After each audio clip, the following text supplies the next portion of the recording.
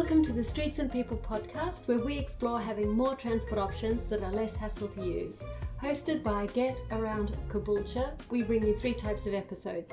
People and Projects share stories of change. Not Everyone Drives gives voice to non-drivers. Road Rules 360 unpacks road rules for people outside a car.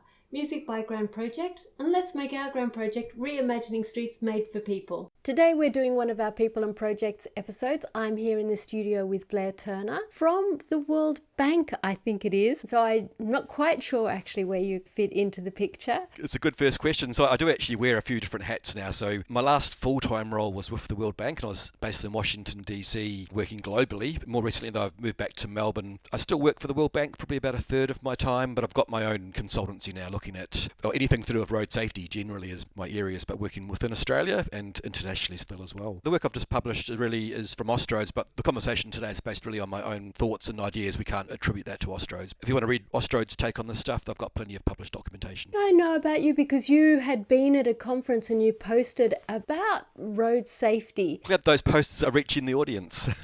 I'm here on Gubbi Gubbi country in Queensland. I'm in Caboolture on the outskirts of Brisbane. Whereabouts are you, Blair, and what made you interested in this whole area? Yeah, so I'm based in Melbourne now, and we moved here 20 years ago, that little break I mentioned over in DC. You can probably tell from my accent, I'm originally from New Zealand, from Christchurch, and started my career in road safety a little bit by accident. I'd done some research at university. Actually, it was on cycling, and cyclist visibility was a research topic that I really enjoyed. That was my start. I have spent 30 years now road safety. Started in New Zealand, working with government there, really at regional level though, so working the big city of Auckland, but I covered much of the top half of the North Island of New Zealand, all sorts of road safety subjects, advising local government, taking queries from the public about why we do this or that, setting speed limits, and that was sort of an early theme that's continued. Yeah, all things to do with road safety. From there, I was interested in the really good progress being made over in the UK at that stage, so I, after about 3 years working in New Zealand, moved to the UK and worked for different organisations there doing research and consultancy on road safety, and so that was a lot of policy development for central government in the UK, and that's where I came across some of the city-based agendas as well, so trying to develop strategies around walking and cycling and these sorts of things. A lot of policy on speed, policy of rural speed limits in villages, which was quite interesting. I did lots of work around evaluations as well for school-based training programs and the like. Probably the biggest part of my career was when I moved back to Australia. We settled in Melbourne, where I started work with, it's the Australian Road Research Board, it was called at that time. So it's the national research organisation involved in all things roads, and I had some early roles there around road safety and developing a few research programs around risk assessment and around speed management, well, you name it, lots of different subjects. Plus I looked after a lot of their international road safety activity throughout the Asia region, which is very, very interesting and an area of high interest to me. And that's actually what then led me to move to Washington DC with the World Bank. They essentially run quite big programs. They build schools, they build roads, all these sorts of things to try and alleviate poverty and improve the lot for many people in the least wealthy countries. And so the role there really was making sure we embed road safety into our strategies and the projects that they are delivering. But also at the same time, that really opened my eyes there to the broader links between road safety and other agendas. They are very big on lots of other issues like increased mobility. Now back in Melbourne, I've moved around, but I'm very settled now back in Melbourne and enjoying this combination of the work within Australia and internationally as well. I've lived abroad. I've lived in England and Sweden and France, and I've spent a little bit of time in other countries in Europe. And I do think there is something about being in different places in different countries which gives you a different lens about how things can be done. There's no two ways about that. Just because it's the way that I've always done it doesn't mean to say it's the right way that it's to be done. That's what I have found. Absolutely, and I think that was the main reason for me to make the moves sound similar to what you've done as well, and that is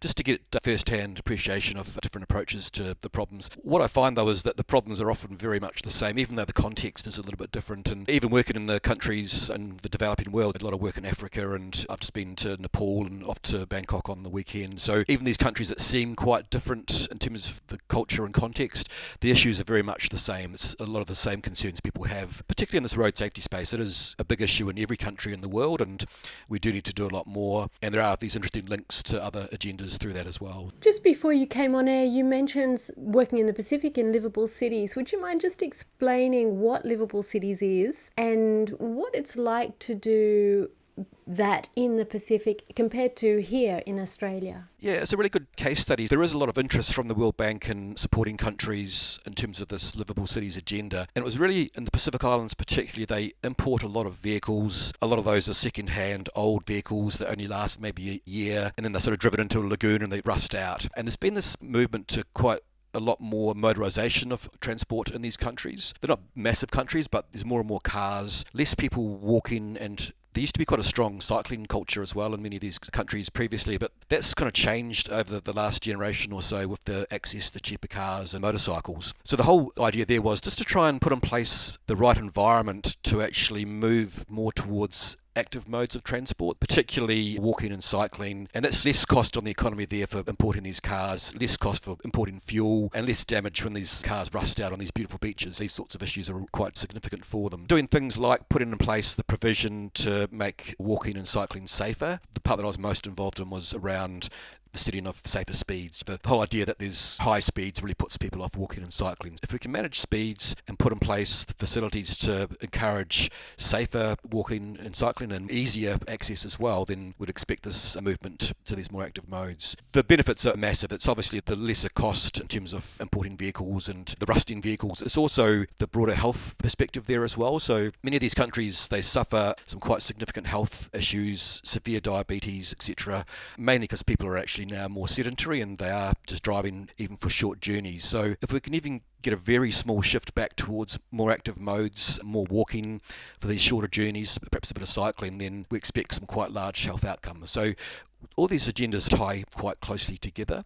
There's very direct parallels to what we're trying to do within Australia too in that front as well. Lots of joined up agendas here, not only from my kind of traditional area, road safety, but also the broader health impacts and other issues as well. So I see that state governments and the federal government works on these things, and we are going to touch into the Austroads technical report that you've got on facilitating speed management change, example case studies from Australia and New Zealand. Riveting title. Very straight to the point though. It won't win an award for originality, but it will win an award for clarity. It says on the box exactly what's inside, that's it. Exactly. As a layperson, I'm not an expert. I have worked in government, but in very different kinds of roles. I'm not so familiar with even how government works in many ways. But what I do see is that councils shoulder a lot of the responsibility for the road network and have to deal with marketing these changes and deal with the brunt of public response. People are so used to going at 60 or 50 kilometers an hour, and the idea of going 20 kilometers an hour slower on the street just makes their blood boil. I feel that often the state and the feds don't give enough funding for comms about how to make these places, our spaces, more livable. They have to do the grunt work, but they don't have the funding to do the bits that make the cell good. How do you feel that we could get some of that funding into that comms area? Yeah, it's a really good point. Generally speaking, we're not particularly good at engaging with communities about what we're doing and why, and the benefits, where we want change to occur, why we want that change will do, and the benefits.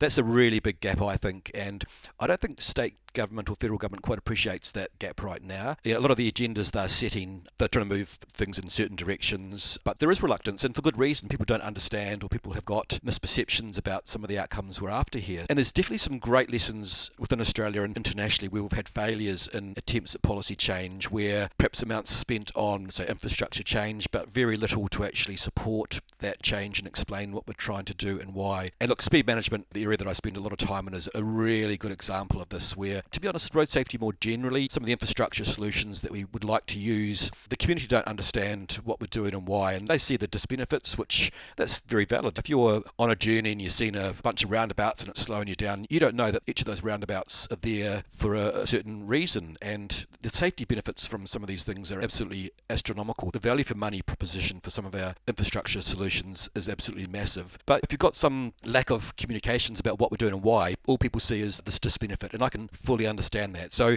I agree 100% with the question that there is definitely a need for us to engage more, and I think probably to fund more. But it's not only more funding, it's probably a bit of smarter activity with the funding that we do actually already have. So I do work with road safety officers in local government, and they're so capable and so enthusiastic, but they're kind of lacking some of the resources and the toolbox that's immediately accessible to them to create the engagement and to explain to communities what we're trying to do and why. So there's a gap there in terms of overall funding, but also perhaps being a bit smarter with what we're doing with existing funding as well. So let's talk about our very excitingly titled Austroads document. It's a fantastic one. So first up, what was the thinking about why was that needed? Yeah, so the document's really about implementation of speed change. So we're very aware of the technical steps required to make safer road environments through lower speeds.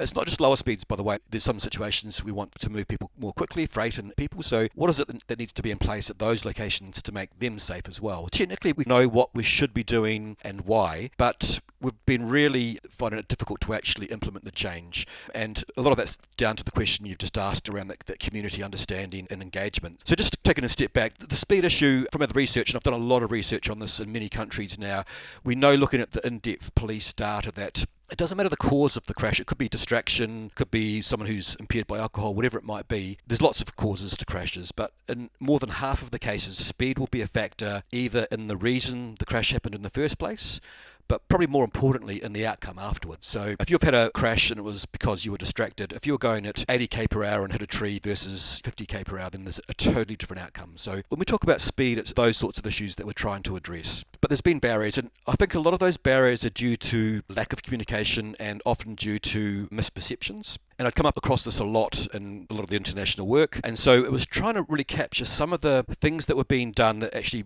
move us beyond some of those barriers. And really it is down to this communications with the community, but also with decision makers. So that might be councillors, it might be mayors, or it might be with state government decision makers, or even at that political level as well. So a lot of different issues to try and unpack, a lot of things we're trying to generate change around, but we need to understand what the barriers are. So that's what this document's really about. And when I look at my top 5 or top 10 barriers, many of these will probably be of a surprise to listeners. It's things like the perception that if you lower speeds, you're going to increase your journey time. It's going to take a lot longer to get from A to B. It's actually not as big an increase in journey times as most people would expect. And the reason for that is because where we want to change speed, it's not everywhere. Where we want to change speed, it's usually a riskier location anyway. So if you think of a rural road, low volume, a windy bit of road, the limit now 100k per hour, but you're actually usually driving maybe 85k per hour, the driving speeds of the average vehicle. And so if you were to lower your speed there to say 80, you get all these top-end crazy drivers slowing down and a small change by those who are at that speed anyway. And the same happens in our towns as well. You know, often on our urban journeys, we're travelling at congested periods, we're stopping and starting because there's other traffic on the road, and particularly in those areas where because of the risk, we want lower speeds. The current speeds of, say, 60 or 50, we know are too high. The speeds that people are driving anyway are probably more likely 42, 43k per hour. So if you're heading down towards a target of around 40k per hour, you're not going to increase journey times by much. I was trying to capture case studies which demonstrated that, and we've got many case studies from around Australia and New Zealand now where that's actually been proven. But it's also some of the other challenges we face and some of the other benefits we might be missing. So other benefits include reductions in noise. And noise actually has a really interesting impact that most people are unaware of. It actually does influence people's mental health, and there's a lot of research internationally about the actual impairment people get from things like noise. Higher noise means you've got perhaps more mental health issues in the community. But even things like social connection. If you're living on a busy street, you're less likely to go out and talk to your neighbour than if you live on a calmer street. People running down your street, busy cars means it's a less pleasant environment for local residents. And then right down to some of the misperceptions around if we put lower speeds around a business district, people are going to be less likely to stop and shop. The shop owners might get upset about that. Again, the case studies identified show there's actually occasions where town centres put in place lower speeds to try and encourage people to come and shop there and stay longer. And again, there's really good evidence about how that actually does have an impact. We know that a more pleasant environment means people will spend longer shopping and spend more. So really it was to try and capture a lot of those sorts of examples signals and show some of the safety impacts. So we know that speed management actually has a really massive impact on safety outcomes. But then secondly, some of these co-benefits, like things like noise and livability, and what I didn't mention was the shift to active modes of travel, so more cycling, more walking, particularly important. Back when I was young, I used to walk to school or bike to school. My parents felt quite comfortable with that. Now, most parents would drive their kids to school because they don't feel comfortable with that. And that has a massive flow-on effect in terms of the health and well-being for younger people, but then right through to later stages in life as well. So I really do believe we need to move back to a situation where we're giving safe environments that facilitate easier walking and cycling by children. When there's more kids walking and cycling, there'll be safety in numbers again, and we'll get not only road safety benefits, but security benefits as well. So that was the main reason, I guess, for the report, was just to highlight what people are doing and why. But it had some really interesting side benefits too. We picked up on some things that I didn't really expect. So I did interviews right around Australia and New Zealand, and I found that there's actually a really strong bottom-up approach and interest to change in speed, particularly from local government. A lot of communities are approaching local governments. They've seen their neighbouring council, they've been over to Europe on holiday, they've seen what's going on in Paris or some of the big cities, and they're saying, look, I want some of that where I live as well. It's about listening more to the communities and actually understanding that there is actually an interest there from local residents about some of these changes. Part of that really is about changing processes at state government level or even within local government to facilitate that change where the community demands it. Some of the really interesting case studies I've come across in Australia, in New Zealand and internationally really come from that community level engagement where individuals have brought communities together and they've gone and knocked on the door of the mayor or councillors, started to engage. That bottom-up approach is what often leads to the change that we would like to see. I can use all my research and all my science about the X change in speed will result in change in crash outcomes, but it's really understanding community interest here and bringing these two different threads together to actually get the change that we might want. What really shocks me, having been doing this for a few years now, is how effective the community engagement is. Because you write a letter into council and you go, I'd like this, and you get one of those smarmy letters that says absolutely nothing, and you just go, why do I bother? And it's very defeating. But behind the scenes, they go, okay, we've got this letter. So there's a difference between what happens when you receive the letter. When you speak with the people who actually write those letters, they actually get really frustrated by the quality of the letters too, it turns out. I do a lot of work for local government. I haven't ever worked full-time with local government. But you've got to firstly appreciate the challenges that they face. They're stretched in terms of budget and they've got lots of letters coming from residents. So there's that side of things. But the other thing is they do have processes in place to respond, and they do understand community needs. They do feel the pressure from communities, and so community interest is really important. If we don't actually put forward our thoughts and what we'd like to see in our communities, then we won't get the change that we want. There are many councillors also who are very on board with what we're trying to achieve and understand some of these broader linkages themselves. And so it's when we actually link residents to those in council at the technical level, but also councillors as well, that's when I think we can see some amazing things happen. And there's some amazing examples right around Australia and New Zealand. And we saw that from the case studies that we found, but also ones that we couldn't include.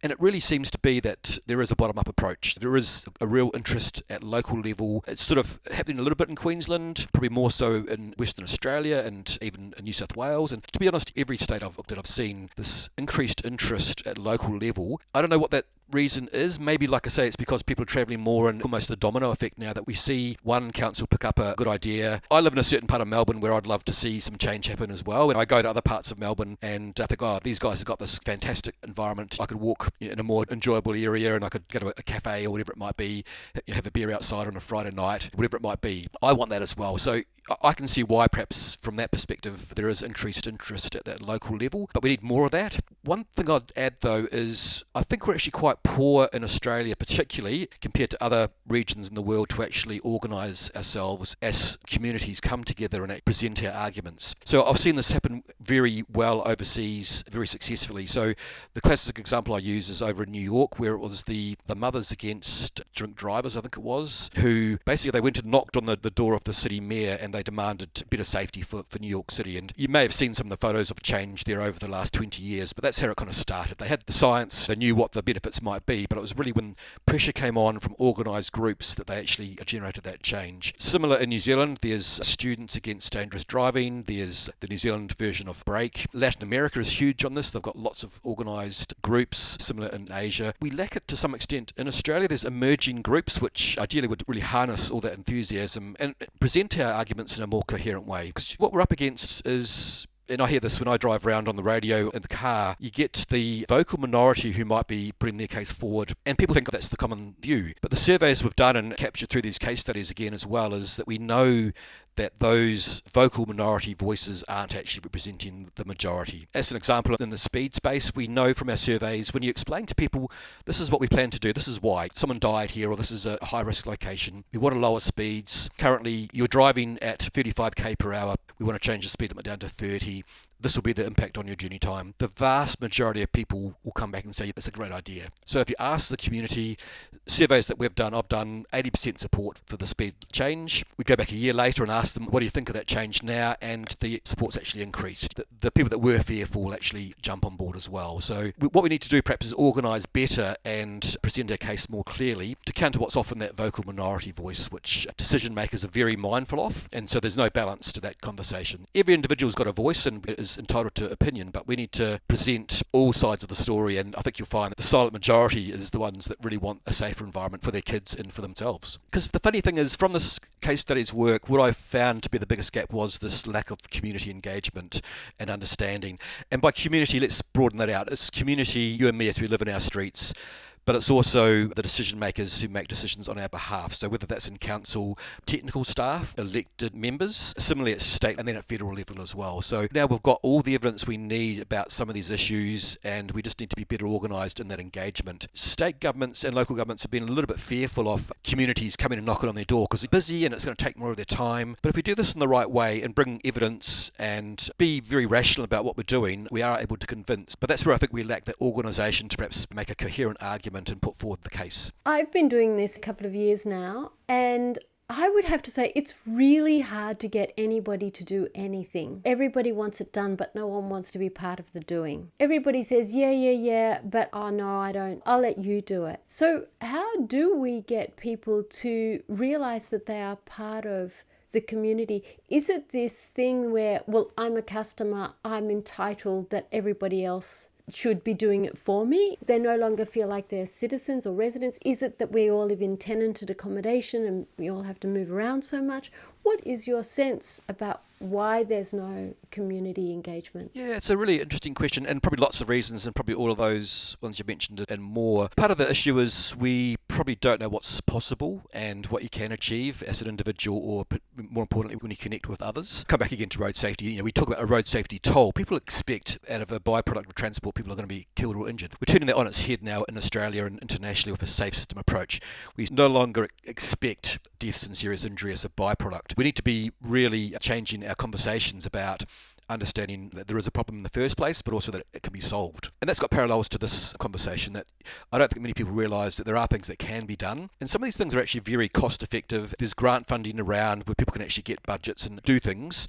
There is interest at local government level, there is interest at state government level, but again, there's lots of other things on people's agendas. So it's trying to cut through and get a level of support for what we're trying to do. One of the failings, I think, in road safety and speed management is we haven't joined our agendas up. So we're not joining with others who have similar outcomes that would bring about benefits to their own area of interest. And that's one of the things I've done in this case study report and elsewhere, is just trying to map out some of those connection points. And it's not me going and knocking on the door in my silo saying I'd like better road safety for my children or safer speeds for my kids. It's about linking to someone else who their objective is to reduce the noise outside their house, or there is a cost of living crisis right now. We know lower speeds actually mean reduced fuel costs. There's companies that actually voluntarily lower the speeds of their vehicles to save fuel costs. Freight companies do this. That's another area we can join forces with. Active mobility, we know that the health services are inundated with people with diabetes and all sorts of health-related issues because we're not active in our mobility as much as we used to be. To my mind, part of this is actually being more organised, but maybe your question then is how do you start that kind of connection and how do you get this rolling? So that's the same question I have right now as well. There's a road safety conference in Perth later this year where a workshop we're running is actually on these sorts of issues. How do we actually organise what's really disparate support for what's effectively the same activities and benefits that might flow?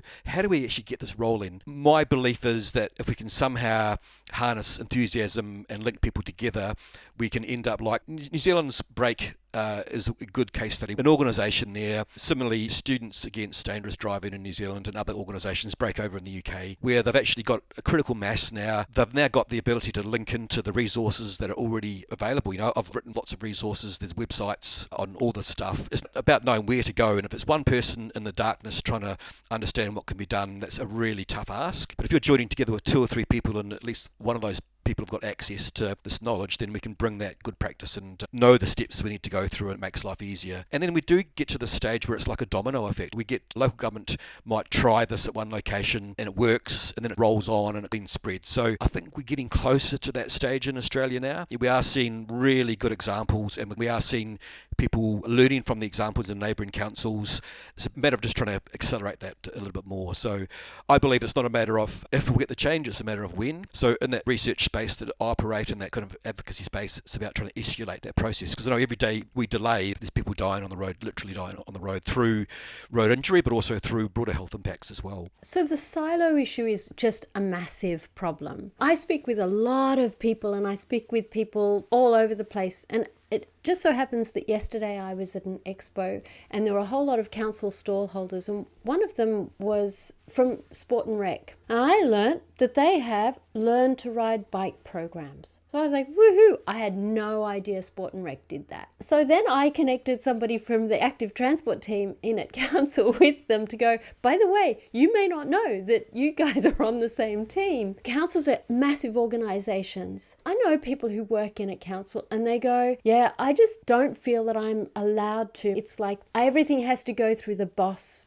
and you're not allowed to speak crossways. And it's huge sense of frustration for people where they're working. So how do we reduce that? It is a really good question, and I think it's bottom up, top down. So when I say bottom up, I mean individuals, whether it's technical staff or residents, working from their perspective. And when I say top down, it's basically a lead from federal and state government. They set the direction of what we want to see policy-wise, and they need to support those policies through various means, funding, tools, and these sorts of things as well. So it's when we get both of those things working well that I expect would get the outcomes. But like I've seen this happen a lot, where people don't quite know who else is there as an ally in their cause. And again, some of the touch points I identified were just really unexpected. In Queensland, in terms of speed management, there is actually locations where speed is lowered maybe at certain times of the year because of wildlife. People driving and unfortunately seriously injuring or killing protected species, koalas and kangaroos and other animals. So if you're interested at council level, if someone's passionate about that, link that agenda to the speed management agenda is what I'm trying to suggest here. Or if you are interested in cost of living, if your residents are concerned about how much they're spending in their weekly budgets, then make sure people are aware about if you travel at a certain speed, then we're going to get lower fuel costs. If you're interested in noise reduction, or if you're interested in the broader health perspectives. So maybe the first step really is, if you're at local government level particularly, to map out what some of the issues might be that connect to your topic of interest, because you often find that there are others that are actually interested in related things, not necessarily identical, but the outcomes that you're both after will be very consistent. There's great examples internationally where changes come, in my area, road safety, not from a road safety imperative, but because they want to do something else, and we just tag along the side and we get the added benefit. You put a value on these benefits, and often they don't even add the value that we're getting from all these benefits together, because that would perhaps help us prioritise these things a lot higher than they currently are. Let's speak about the Speed Management Change Guide. If someone's a transport professional who's listening to this, what would our listener want to know about this Austroads report? Yeah, so this is really moving beyond the technical guidance that exists already within Australia to more about how you actually implement the change, and perhaps also attached to that the why. Why do we want to make that change? It's not to inconvenience people, it's not to raise more revenue, all these sorts of things. First and foremost, any change in speed, even 1k per hour, 2k per hour, can actually lead to quite staggering road safety outcomes. But it's more about the implementation and working through understanding the barriers, but then also being aware of the solutions to those barriers. Basically, we've now mapped them all out. We know exactly every time I go into a local council or to a state government department, or when I'm over in Nepal talking to internationals, the same barriers come up. I know this is going to increase my journey time, it's going to impact the economy. Well, the answer to that is, if you do it properly, then no, absolutely not. And in fact, there's even cases where we can actually get people to their journey more quickly because the traffic flow is more regular. So really, this document is about just identifying the barriers to change and just helping with those conversations about the need for change and how to go about that change, including engaging with communities, but also engaging internally in your own organisations. Because to be frank, and I'm not saying this is the case in Queensland, but in places around Australia, our biggest barrier is the fear of change within organisations. They think, well, this is going to be unpopular, I can't take this to the mayor, I can't take this to the minister. And there's actually been situations we know where senior bureaucrats have decided not to pursue a change that's been driven from the technical staff or from the community because they were fearful of the response they'd get. But we know from engagement later that the minister would have been fully on board. So they're creating these blocks themselves to this change. This document's about trying to really unlock some of those blockages and give tools in the toolbox to help implementation. I've got this theory at the moment that one of the big issues that we have in our culture is conflating uncomfortable conversations with conflict conversations. And we think that if we're going to have an uncomfortable conversation, it will by nature be a conflict conversation. But uncomfortable conversations is where change happens. I mean, in a relationship, you have that, we've got to talk about this situation. No one wants to have this talk about this unpleasant situation, but you know that when you do, you get a better outcome. To me, it's back to that point about mapping out what these touch points are. What are the issues? What are the concerns? And we've got to listen to community concerns. We're not going to steamroll new policy in place. We're doing this because of the community. And in certain places, the community won't want this change. And therefore we're going to go and help out those who do want the change. So it's about just mapping out what these hard conversations actually are, bringing the evidence to that as well, and allaying some of the fears, but similarly listening to the concerns and making sure that, okay, we know that your journey now is going to increase by 1 second in every 20 minutes. That's the scale of some of this stuff.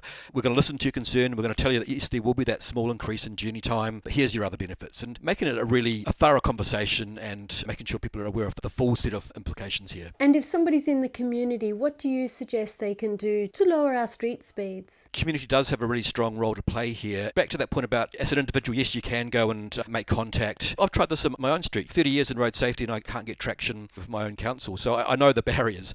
So then it's about, okay, if you really are passionate about it and you've got the ability to invest a bit of time, talk to your neighbours and generate community, because that's what the councils are there for. Local government's very close to community. That's their strength. That's their superpower. So, you've got to use that and engage with communities to link with council to get that change. So, if you're an individual and you're finding it's hard to engage, reach out to your neighbours. We've been up our street and done a local petition and generated that interest, and then we've got the door open, and that's what you need, is just to try and demonstrate your objectives from that conversation. Make sure you do it because everyone else is thinking the same thing. All your neighbours are probably thinking the same thing, and one of the facts identified through case studies, through surveys, everyone thinks that others want to drive faster on the road than they currently are, and it seems if I slow down then I'm going to slow other people down. The general research we find is that most people feel like speeds are too fast on the road and they'd feel more comfortable driving slower. If you don't speak up, then you get these perverse outcomes where things just carry on as they always were and maybe even get worse.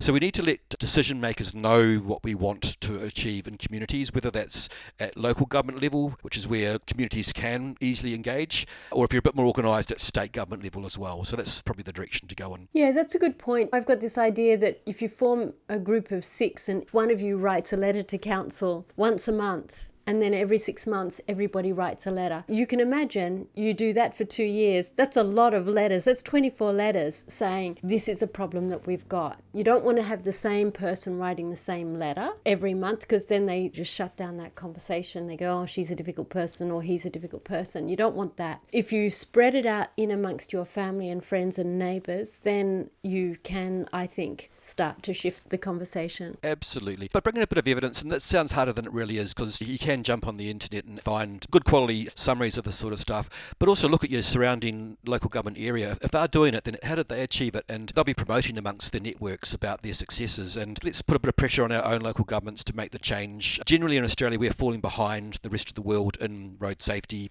particularly the Europeans, but even now Latin America, we're seeing some massive progress, and even in some of the countries that work in Africa or Asia, we're seeing some massive progress. So there's certain areas we're falling behind. Let's use that knowledge and say, look, this is what others are doing. This is the benefits they're getting. Everyone that's done it says it's been fantastic, and they've had all these other benefits as well. So you've got to be a little bit aware about some of the evidence in this area to be probably have a bit more of an impact when you do engage. We've had a great conversation, so completely different. I thought we were going to go into the technicalities of the guide, and then we didn't go anywhere near it. No, that's all boring. No one wants to hear technical details. This is probably my about 30th report I've written for Austroads. It's what I'm probably most proud of because it's actually written in a way where it's meant to be accessible, and it's got case studies, and at the end it wraps up some of the key lessons. So I'm really pleased with this document, and it will be used to generate change in national guidelines going forward, which we're also working on in parallel, and that will flow through to state government and hopefully down to local government as well. So it's not a bedtime read. You're not going to rush out and read it, but for those who are interested, it's quite accessible. So yes, the thing about transport is everyone accesses transport, whether you're walking, cycling, or whether you do drive your car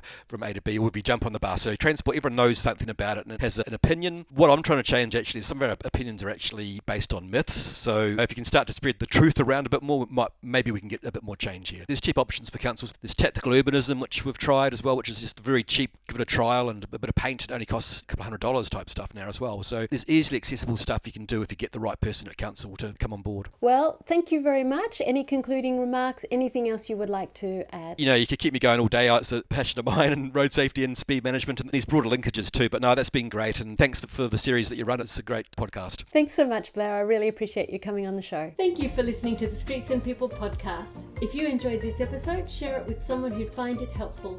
Your small action could make a big difference. We're on all the usual podcasting platforms, so don't miss a single story. To find out what else we do, check out GetAroundCaboolture.au. Until next time, remember, there's more than one way to get where you're going. Keep moving, keep listening, and keep imagining streets made for people.